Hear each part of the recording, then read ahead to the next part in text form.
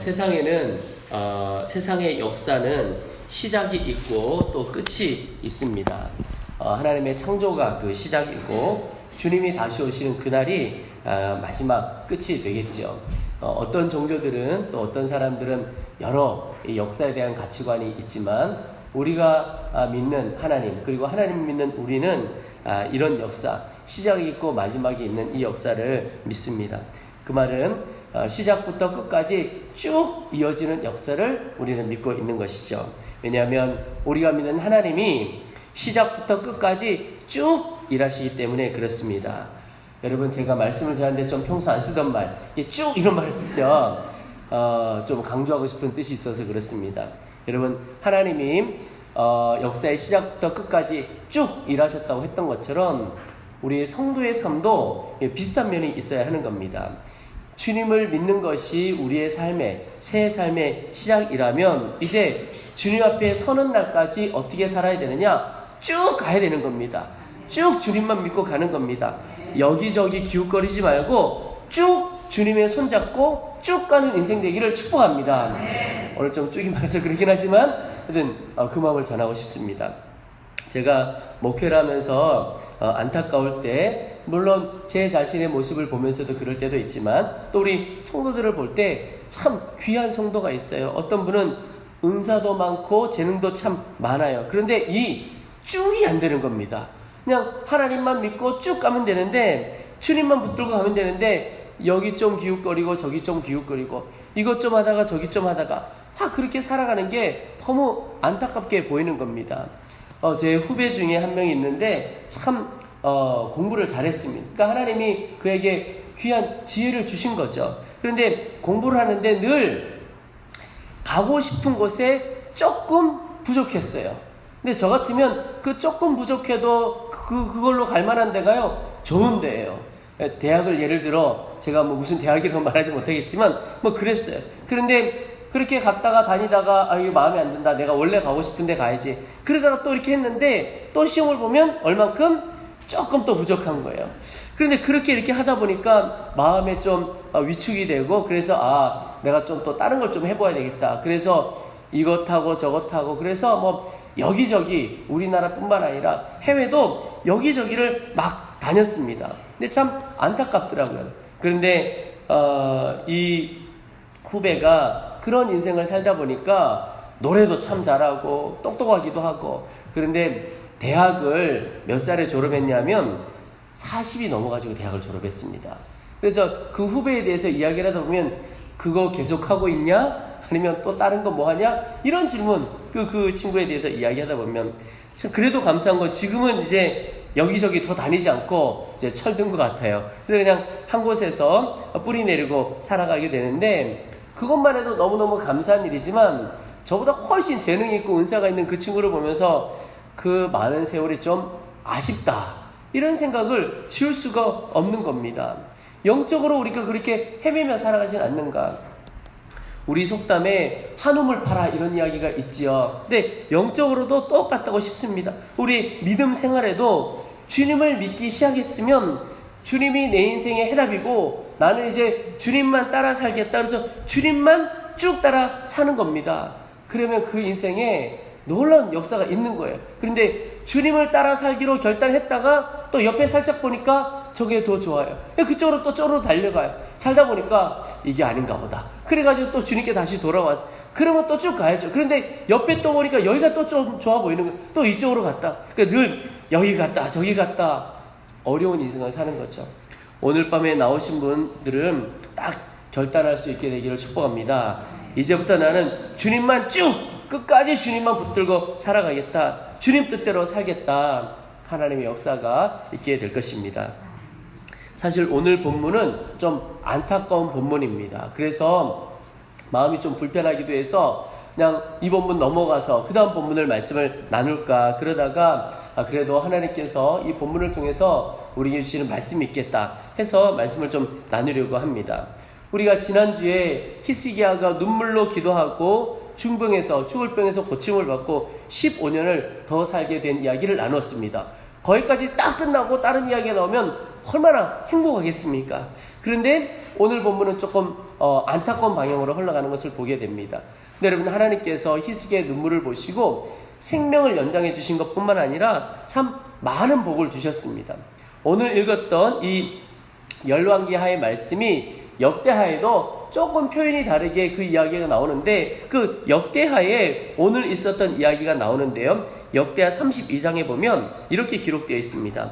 히스기야가 부와 영광이 지극한지라 이에 은금과 보석과 향품과 방패와 온갖 보배로운 그릇들을 위하여 창고를 세우며 곡식과 새 포도주와 기름의 산물을 위하여 창고를 세우며 온갖 짐승의 외양간을 세우며 양떼의 우리를 갖추며 양떼와 많은 소떼를 위하여 성읍들을 세웠으니 이는 하나님이 그에게 재산을 심히 많이 주셨음이며, 이 히스기야가 또 기온의 윗샘물을 막아 그 아래로부터 다윗성 서쪽으로 곧게 끓여들였으니 히스기야가 그의 모든 일에 형통하였더라. 여러분, 생명 연장 받는 것만 해도 너무 큰 은혜고 축복인데, 히스기야가 재산이 너무 많아져가지고 여기저기 건물 막 세워가는 겁니다. 하나님이 그런 은혜를 주셨다고 하죠. 그리고 마지막에 그의 모든 일에 형통하였더라. 안 되는 게 없다는 거예요. 그냥 손만 대면 다 되어지고 일만 하면 엄청난 역사가 일어나고. 그런데 여러분, 정말 부러운 인생인 것 같지만 조심해야 될 것이 성공 후에 조심해야 합니다. 축복받은 다음에 조심해야 한다는 거죠. 오늘 본문이 그것을 말씀하고 있습니다. 히스기야가 병들었다는 것을 듣고, 그리고는 병에 나은 것 다 듣고 이제 바벨론의 왕 브로닥 발라단이라고 하는 사람이 사신을 보내고 예물을 보냅니다. 이 당시에 이웃 국가의 지도자가 그런 어려움을 겪었다 나왔다 그러면 기쁨에 이렇게 선물을 보내는 관례였죠. 그런데 히스기야가 그 사자들에게 유다의 모든 것을 다 보여줍니다. 오늘 13절에 히스기야가 사자들의 말을 듣고 자기 보물고의 금은과 향품과 보배로운 기름과 그의 군기고와 창고의 모든 것을 다 사자들에게 보였는데, 왕궁과 그의 나라 아래 있는 모든 것 중에서 히스기야가 그에게 보이지 아니한 것이 없더라. 여러분, 여기 보시면 경제적인 정보 다 알려준 겁니다. 군사적인 정보 다 알려준 겁니다. 한마디로 그 남유다 이 나라의 모든 핵심 정보를 다 알려준 겁니다. 바벨론 왕의 그 사자에게. 여러분, 이것이 왜 문제가 되느냐? 먼저는 이 모습이 하나님을 의지하지 않은 불신앙의 모습이기 때문에 그렇습니다. 바벨론이라고 하는 나라가 어떤 나라냐면, 이 남유다 옆에는요 아수르라고 하는 큰 강대국이 있었습니다. 그 아수르가 계속 남유다를 압박해 왔습니다. 그런데 그 아수르하고 조금 더 떨어진 곳에 있었던 나라가 바벨론이라고 하는 신흥 국가입니다. 근데 이 바벨론이 자기가 좀 힘 좀 키워보겠다고 아수르한테 몇 번 덤빕니다. 그런데 몇 번 덤볐는데 대들었는데 그냥 힘을 못 썼어요. 그리고 포기하지 않고 호시탐탐 어떻게 하면 아수르를 어떻게 해볼까 노리고 있었습니다. 그런데 보니까 저기 남유다라고 하는 나라가 있는데 그 나라도 아수르에 대해서 좋지 않게 생각하고 어려움을 겪고 있는 겁니다. 바벨론 입장에서 딱 보니까 남유다하고 동맹을 딱 맺으면 아수르하고 한번 해볼만 하겠다, 그런 마음이 있었던 겁니다. 그래서 사신도 보내고 예물도 보낸 거죠. 좋은 관계 맺어보려고. 근데 히스기야가 이것을 알았습니다. 그리고는 히스기야도 딱 보니까 바벨론의 사자들이 이것 때문에 왔구나. 그리고는 히스기야도 생각하기를 우리나라도 이 아수르의 위협에서 벗어나고 싶은데 바벨론이 스스로 찾아왔네. 잘 됐다. 그리고는 바벨론의 손을 딱 잡은 겁니다. 그리고는 그 남유다 안에 모든 정보를 그 바벨론에게 다 보여준 것이죠. 여러분, 누군가의 손을 잡으려면 잡고 있던 손 놓아야 합니다. 바벨론의 손 잡으려면 하나님의 손 놓아야 하는 겁니다. 대부분 우리의 삶에 이런 일들이 일어나는데 바벨론의 손이 더 좋아 보입니다. 사실은 그게 썩은 동아줄인 줄도 모르고 그게 더 좋아 보여서 덥석 붙들어 갑니다. 근데 여러분, 히스기야가 이전에는 어떤 사람이었습니까? 다른 거 다 놓고 하나님의 손만 붙들었던 사람이 히스기야입니다. 그래서 생명도 연장받고 복도 받았던 사람입니다. 그러면 여러분 쭉 가야죠. 하나님의 손 잡았으면 그 손 잡고 쭉 가야 하는데 그만 그 손을 놓아버린 겁니다. 이것이 히스기야가 그의 왕국의 모든 정보를 보여준 것이 결국은 하나님의 손을 놓고 하나님 의지하지 않고 나아간 것을 보여주는 겁니다. 여러분, 오늘 우리 자신은 정말 하나님의 손만 붙들고 가는 사람인가? 주님만 의지하는 사람인가? 또 하나, 히스기야가 그 왕궁의 모든 것을 보여준 것이 왜 문제가 되느냐? 그가 교만하게 되었다는 것을 보여주는 것이기 때문에 그렇습니다. 똑같은 이야기가 역대하 32장에도 나오는데요. 역대하 32장 25절에 보면 똑같은 일을 히스기야가 마음이 교만하여 그 받은 은혜를 보답하지 아니함으로 진노가 그와 유다와 예루살렘에 내리게 되었더니, 이렇게 바벨론 사람들에게 그의 모든 것을 보여주는 것을 교만하게 되었다라고 표현하는 것입니다. 여러분, 선줄로 생각하면 넘어질까 조심해야 하는 것이죠. 어떻게 보면 어려울 때 주님의 손을 붙드는 것은 쉬운 일일지 몰라요. 왜냐하면 마음이 급하니까. 그런데 성공한 다음에, 축복받은 다음에도 주님을 붙드는 일은 어려울 때 주님 붙드는 것보다 훨씬 더 어려운 일일 수 있습니다. 잘 안 되는 겁니다. 근데 여러분, 우리가 한번 주의 손 붙들었으면 끝까지 주의 손 붙들고 나아가야 합니다. 어려운 일 올 때만 주님 붙드는 것이 아니고 평안할 때도, 복받은 다음에도, 성공한 다음에도 주님을 붙들어야 합니다. 왜냐하면 주님은요, 복 주시는 주님이십니다. 그런데 시험도 하시는 분이세요. 무엇을 시험하느냐? 너의 마음이 내가 주는 복에 있는지, 아니면 복 주시는 하나님 당신에게 있는지, 그 마음을 늘 시험하려고 하시는 겁니다. 그래서 역대하 32장에 보면 그 말씀을 적어놨습니다. 그러나 바벨론 방백들이 히스기야에게 사신을 보내어 그 땅에서 나타난 이적을 물을 때에 하나님이 히스기야를 떠나시고 그의 심중에 있는 것을 다 알고자 하사 시험하셨더라. 여러분, 주님이 우리를 사랑하십니다. 또한 주님은 우리의 마음을 또한 알고 싶어 하시고 시험하시려고 합니다. 그래서 이 테스트를 넘어설 때 주님께서 주신 축복이 진정한 축복이 될 수 있는 겁니다. 여러분, 그렇지 않으면 하나님이 주신 것이 축복이 아니고 오히려 저주가 될 수도 있다는 사실입니다. 히스기야의 교만 때문에 그 남유다와 백성들과 그 후손들이 엄청난 어려움을 겪게 되었습니다. 이제까지 잘 살아왔던, 주님을 믿고 주님 붙들었던 이 히스기야가 왜 이렇게 하나님을 의지하지 않고 교만하게 되었을까? 여러분, 그래서 오늘 밤에 교만에 대해서 잠깐 살펴보아야 하겠습니다. 교만에 대해 알 필요가 있다는 겁니다.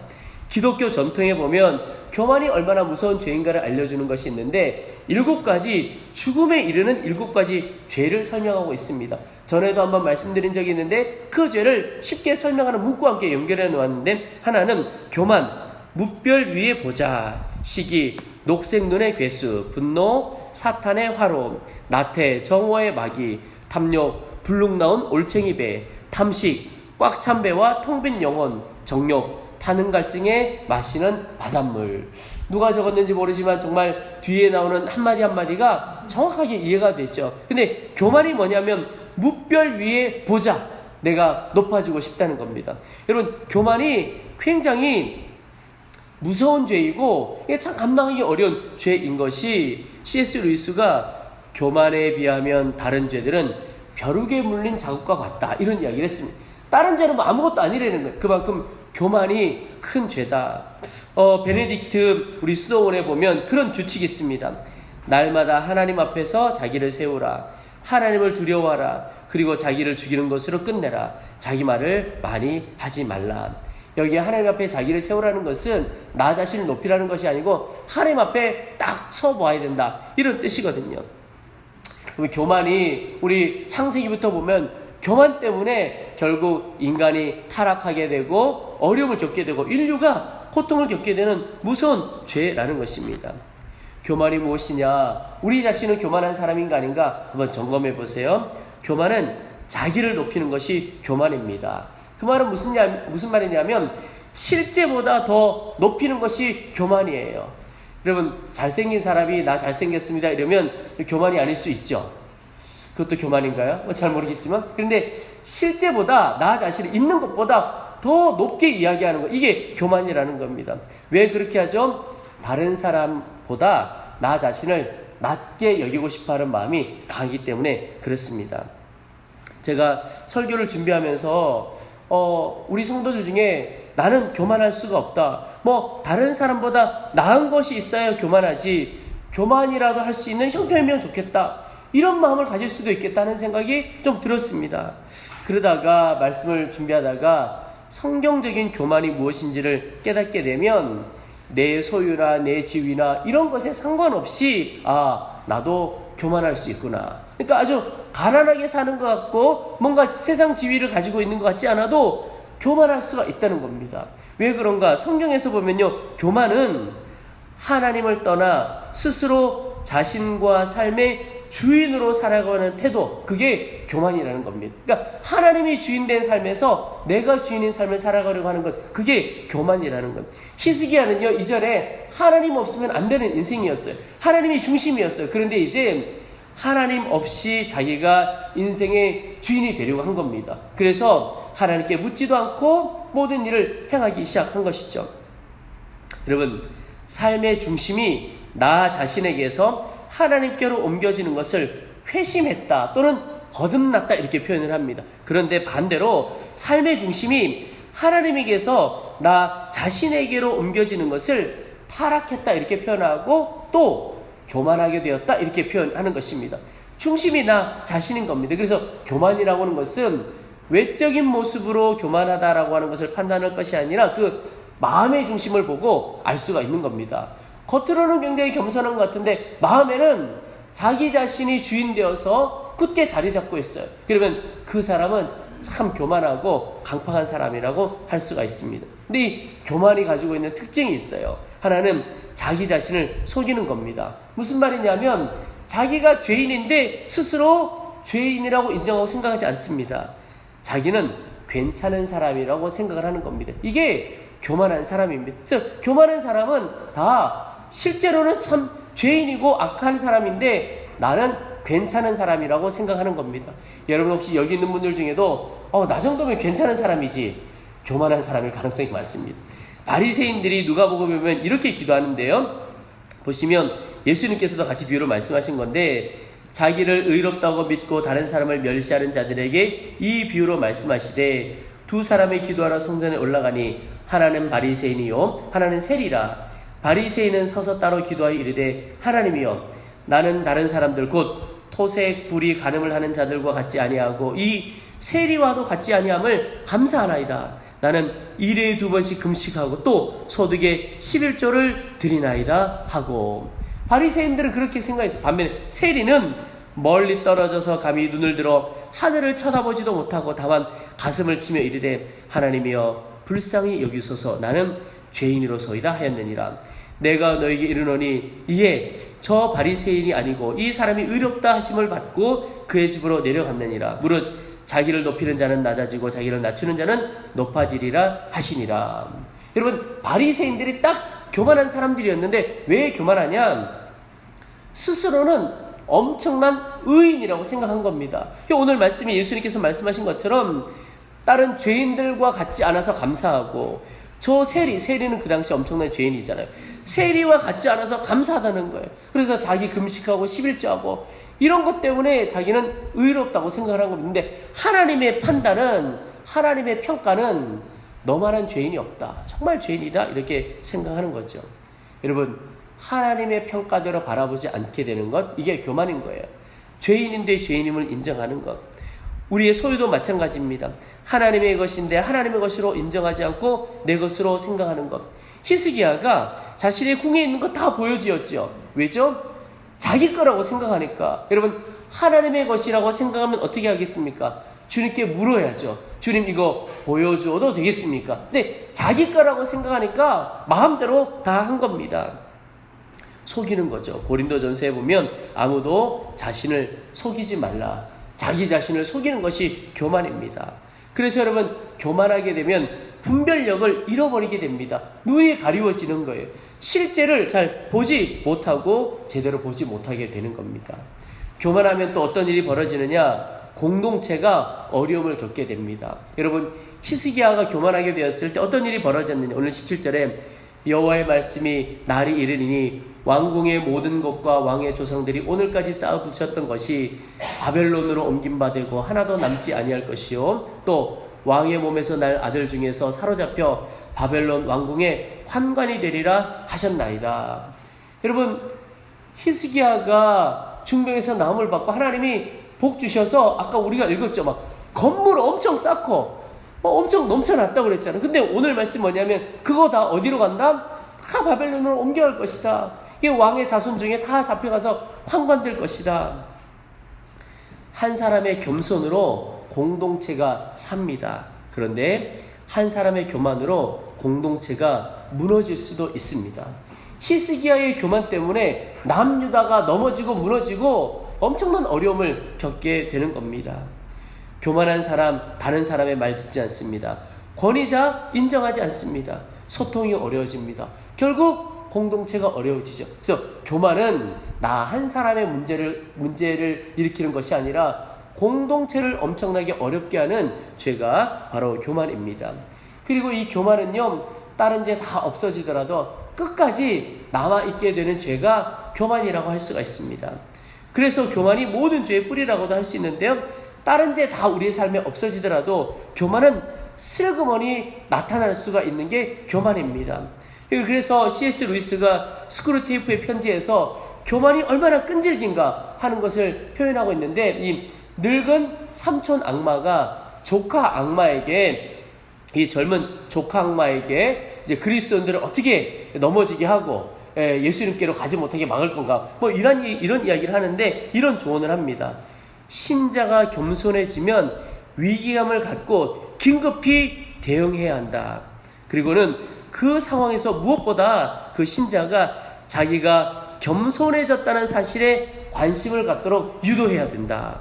그래서 신자가 세상에 내가 이렇게 겸손해지다니 하는 자부심과 만족감을 갖게 되면 그 순간 자신이 겸손해졌다는 교만이 고개를 쳐들게 된다. 자신이 겸손하다는 것 자체를 자랑스럽게 만들면 된다.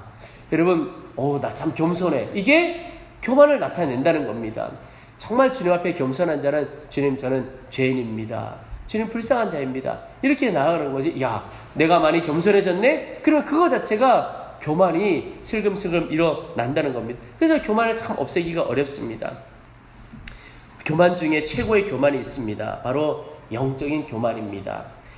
교만 중에는 권력에 대한 교만, 지적 교만, 도덕적인 교만, 이런 것들이 있고 영적인 교만이 있을 수가 있죠. 그런데 영적인 교만이 가장 위험합니다. 특별히 경건한 성도들일수록 이 영적인 교만에 빠지기가 쉽습니다. 우리가 조금 전에 보았던 이 바리새인들, 그 사람들이 어떤 사람이냐면 평생 성경 읽고 연구하던 사람들이었습니다. 그리고 그 성경을 가르치고 금식하던 사람들이었습니다. 그런데 그 사람들이 어떤 사람들이냐? 상석에 앉기를 좋아하고 물 안 받기를 좋아하던 사람들이었습니다.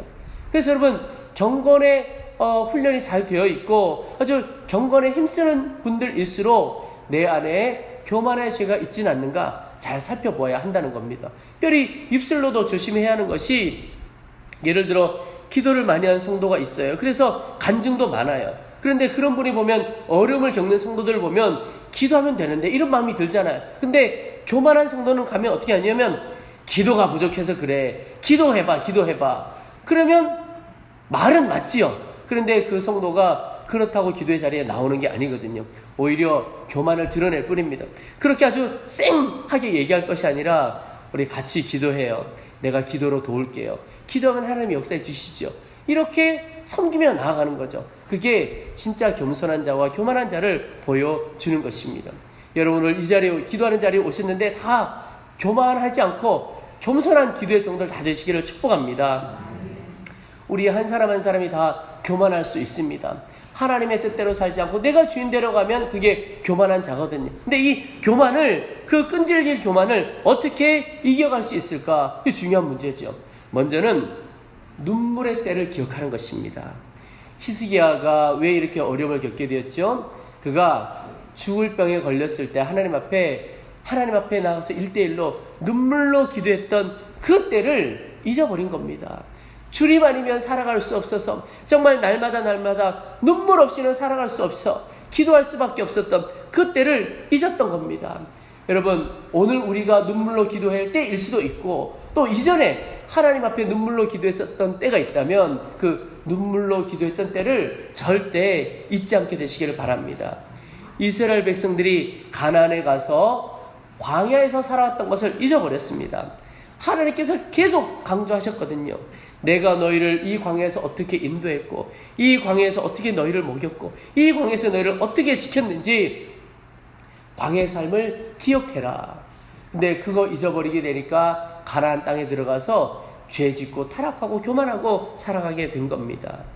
여러분, 광야의 때를 잊지 말고 눈물의 때를 잊지 말게 되기를 축복합니다. 잊을 것이 있고 잊지 말아야 할 것이 있는 것이죠. 내 실수, 내 상처와 아픔 이런 건 그냥 잊어버려도 상관이 없는 겁니다. 그런데 눈물로 기도했던 때, 하나님 없이 안 되어서 하나님 붙들고 살았던 때, 이런 거는 잊어서는 안 된다는 겁니다. 신앙인의 비극이 무엇이냐면 좀 성공하고 나서 축복받고 난 이후에 잊을 것은 잊지 않고 잊지 말아야 할 것 잊고 살아가는 때인 것입니다. 여러분, 눈물의 때, 광야의 때가 어떤 때입니까? 내 힘으로 살아갈 수 없는 때요, 주님의 도우심 아니면 살아갈 수 없는 때요, 주님만 의지하고 살아가는 때인 것입니다. 여러분, 그때가 오히려 진짜 행복한 때예요. 눈물은 있지만 하나님 손 붙들고 살아가는 때가 훨씬 행복한 때입니다. 내게 금은 보화와 부귀는 있는데 하나님 손 놓치고 살아가는 때, 그건 오히려 저주받는 인생이 되는 경우가 많습니다. 눈물의 때를 기억하는 사람에게 주님이 주신 복이 됩니다. 감사할 줄 알게 되고 나눌 줄 알게 되기 때문에 그렇습니다. 근데 이것을 잊은 사람은 그 복이 저주가 될 수 있는 겁니다. 히스기야에게 주셨던 모든 것, 그냥 바벨론 위에서 다 쌓아놓은 것밖에 안 된 것이죠. 성공 후에 주님 떠나면 성공 없이 주님 안에 거하는 것이 훨씬 더 낫다는 것을 꼭 기억하시기 바랍니다. 그리고 또 하나, 교만을 이기는 길은 주님 앞에 서는 것입니다. 사람이 자기를 높이는 이유가 무엇이냐면 자기 자신의 참모습을 제대로 알지 못하기 때문에 그렇습니다. 그런데 내가 어떠한 사람인지 실상을 정확하게 알게 되면 교만할 수가 없는 겁니다. 아니, 내가 이렇게 부족하고 죄인인데 그것을 내 스스로 너무나도 잘 알게 되면 교만할 수가 없게 되는 거죠. 그래서 칼뱅이 그런 말을 했습니다. 사람이 자신을 제대로 보려면 사람이 아닌 하나님께로 눈을 돌려야 한다. 여러분, 하나님 앞에 딱 서고 하나님을 마주하고 서면 내 자신을 알 수 있게 됩니다. 그래서 칼뱅이 계속 이야기한 것이 하나님에 관한 지식과 우리 자신에 관한 지식은 서로 연결되어 있다, 이렇게 이야기를 했습니다. 그 말은 하나님 앞에 서서 하나님을 더 깊이 알아가게 되면 내 자신이 어떤 사람인가도 더 깊이 알아갈 수 있게 된다는 것입니다. 그래서 때때로 하나님 앞에 제대로 서지 않은 오래된 신앙인이 교만하고 손가락질하며 다니게 되는 거예요. 하나님 앞에 제대로 서기만 하면 우리 자신이 어떤 사람인가를 알게 되는 거죠. 여러분, 하나님 앞에 서는 것이 어떤 것일까요? 아주 제일 쉬운 방법 하나가 하나님의 말씀 앞에 서는 것입니다. 하나님의 말씀을 읽고 그 말씀 앞에 내가 정직하게 서는 겁니다. 주님의 말씀을 듣는 자가 교만을 이기고 겸손하게 됩니다. 근데 참 놀라운 것이요, 교만이라고 하는 히브리어 이 단어가 하나님의 말씀을 듣지 않을 때 쓰는 단어하고 똑같습니다. 참 놀랍죠. 그러니까 교만은 하나님의 말씀을 듣지 않는 거예요. 그래서 말씀을 듣지 않는 자가 교만한 자요, 말씀 듣는 자가 겸손한 자인 것입니다. 그래서 초기 우리 교회 역사에 보면 수도사들이 많이 있었는데 그 수도사들은 늘 말씀 읽고 기도하고 말씀 읽고 일하고 말씀 읽고 찬양하고 말씀 읽고 다 했습니다. 그들을 늘 하나님의 말씀 앞에 세우는 일을 해간 겁니다. 그들 안에 나오는 기도가 이런 기도였습니다.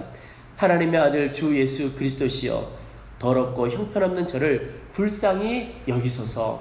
말씀 앞에 서보니까 내가 말할 수 없는 죄인이고 하나님의 은혜 아니고 하나님의 도움 아니면 살아갈 수가 없구나. 그래서 이 기도, 예수 기도라고 합니다. 이 기도를 하루에도 수십 번씩, 하나님의 아들 주 예수 그리스도시여, 더럽고 형편없는 저를 불쌍히 여기소서. 여러분은 이 시간에 같이 한번 읽어보겠습니다. 기도해보겠습니다. 시작. 하나님의 아들 주 예수 그리스도시여 더럽고 형편없는 저를 불쌍히 여기소서.